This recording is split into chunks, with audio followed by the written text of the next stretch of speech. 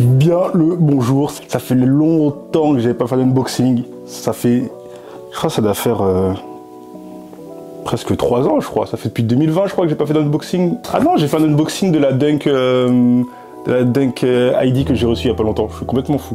Mais ouais, bon, c'est un truc vite fait, mais ça fait longtemps que j'ai pas fait un bon unboxing d'une bonne paire, tu vois. On va revenir aux bases. Le pourquoi j'ai créé cette chaîne. Parler de sneakers, parce que le basket, tout ça, c'est bien, mais à la base, c'était la sneakers. Donc là, on revient aux bases. Une boîte Jordan avec des trous. Si vous savez ce que c'est, vous êtes des connaisseurs. Si vous savez pas, il va falloir bosser. Si vous me connaissez pas, moi c'est Sydney, aka de Saga, joueur de basket fauteuil et gros amateur de sneakers. Et sur la chaîne, on parle de basket, de lifestyle et de sneakers. Donc, si vous êtes nouveau, bienvenue. Faut s'abonner, faut suivre, faut donner de la force. C'est 2024, je vais être plus régulier, je vais envoyer. Donc on se retrouve pour l'unboxing de cette petite paire de Jordan. Et qu'est-ce que c'est? Bon, je vais pas faire trop de blabla, vous savez, hein. On va faire ça vite. Je vous montre direct. Hey, tu vois ce que c'est? Tu vois ce que c'est? Ouh, ça fait longtemps que j'attendais ça. Ça fait bien longtemps que j'attendais ça. Attends, je la sors. Et donc voilà le bébé, hein. Aïe aïe aïe, Jordan 5 Off-White Sale. Ah, c'est doux, hein. C'est très doux. Bon, du coup, cette Jordan 5 Off-White, elle est sortie exactement. Attends, j'ai pas la date. Non, elle est sortie en 2020. Non. Ah ouais, elle est sortie le 29 octobre 2020. Ah ouais, ça fait. Non, ça fait 3 piges. Non, c'est pas possible. Ça fait 3 ans que la paire est sortie. Et c'est une dinguerie, non, le temps passe trop vite. 3 ans de retard, mais c'est pas grave. L'important, c'est de l'avoir. Après, ça coûte un billet, hein, donc forcément, ça prend du temps. On peut pas t'acheter comme ça, mais bon, voilà là. Donc, on va se faire une petite review, un petit unboxing de la charmante dame. J'avais déjà fait un unboxing d'une Jordan 5 Off-White parce que j'avais eu la noire quand elle était sortie début 2020. J'avais chopé sur SNKRS, donc vous pouvez voir la vidéo. Et donc là, ça va être la continuité, hein. Donc on se retrouve avec une boîte qui est un peu comme la première fois. Donc c'est les boîtes Jordan un peu classiques. Sauf que là, Virgil Abloh, il a rajouté sa touche. Donc il a mis des trous. Donc on voit là des trous transparents sur la boîte.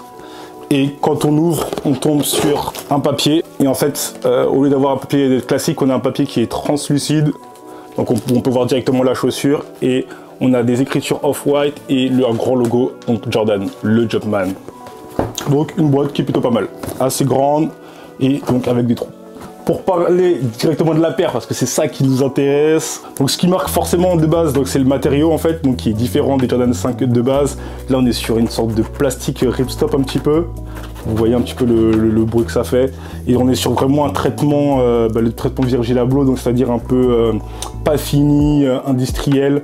Donc on a l'impression que la paire a été entourée dans une sorte de plastique et coupée au cutter, donc on a vraiment des coutures qui sont super apparentes. Moi je kiffe ce matériau.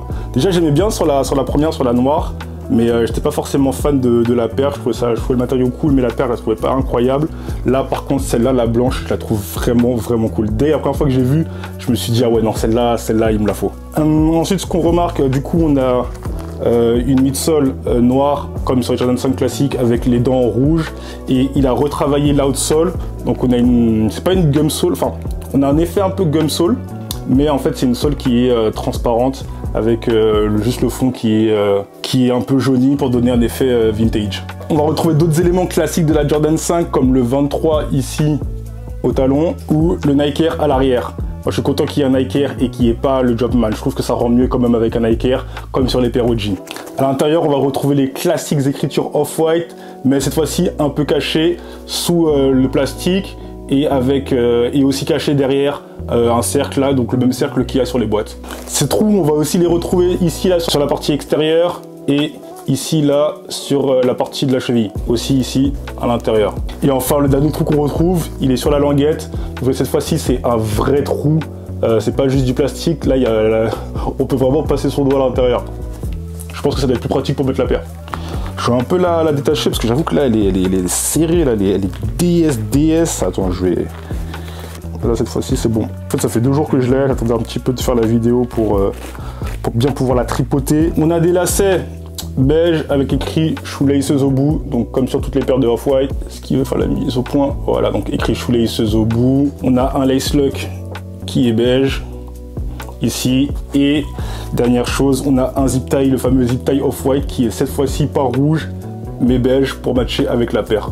Moi je trouve que ça rend super bien parce que je trouve que ça se fond mieux avec la paire que les zip ties rouges qui étaient vraiment hyper voyants.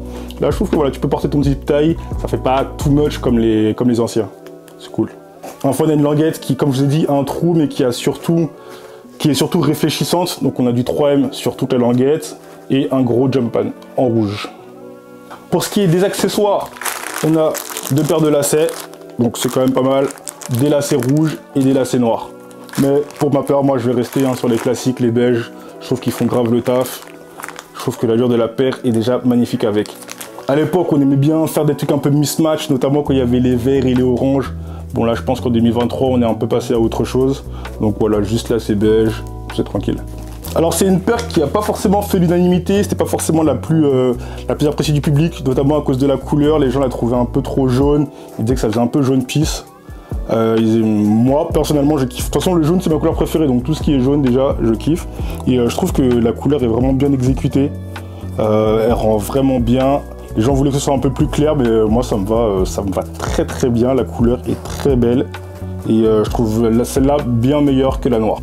Un autre élément que je kiffe aussi, c'est les contours là en fait qui sont, on a l'impression qu'ils ont été découpés, donc toujours dans ce délire un peu industriel, un peu pas fini. Et c'est un peu comme la languette de la Blazer, où on a l'impression que ça a été coupé vraiment au cutter dans la mousse, quoi. Ça rend vraiment bien, c'est cool et c'est des petits détails qui font un peu la diff. Après, vu que c'est de la mousse, j'espère que ça va bien vieillir et que ça va pas trop se salir, parce que à nettoyer, je pense pas que ça va être super facile. Mais bon, on verra avec le temps. Je pense que de toute façon, au vu des matériaux et au vu de la couleur, c'est pas forcément une paire qu'on porte en toute saison. De toute façon, là, on est en décembre, c'est l'hiver. Je pense que je vais pas trop la porter pour l'instant. Je vais garder ça plutôt pour le printemps, l'été, parce que ça, je pense que quand ça salit, c'est pas ouf. Hein. De toute façon, le sorte de plastique là, je sais pas s'il vieillit hyper bien. De toute façon, les Off-White, ça vieillit jamais bien. Je vais enfin pouvoir la mettre au pied. J'attendais ça depuis 2 jours. Alors, j'ai pas énormément de paires d'Off-White. C'est la deuxième que j'ai dans ma collection. Comme je vous ai dit, j'avais déjà la 5, mais je l'ai vendue parce que franchement, elle valait trop cher. Franchement, je l'avais eu à 220. Et au début, je comptais la garder, la noire. Et quand j'ai vu l'état au resell, j'ai dit non, franchement. Donc j'ai fait une plus-value de, je crois, quasiment 500 € dessus. Alors, je suis pas un reseller, mais quand on te propose 500 balles de plus sur une paire, désolé. Surtout, je l'aimais pas tant que ça. Si ça avait été la blanche, j'aurais peut-être gardé. Mais la noire, j'aimais pas tant que ça. Donc, l'autre paire d'Off-White que j'ai dans ma collection, c'est celle-là. La Zoomfly The 10, qui est l'une de mes préférées du pack The 10. Pareil, hein, pas une paire qui a été super plébiscitée, elle coûte pas très cher au resell, mais moi c'est vraiment l'une de mes préférées. Ça et la 90 de The 10, c'est vraiment mes deux préférés dans le pack de base. Bon, j'ai beaucoup parlé, je vais vous mettre des petits plans portés de la paire et des petits plans aussi zoomés, vous voyez bien un peu les détails. Let's get it!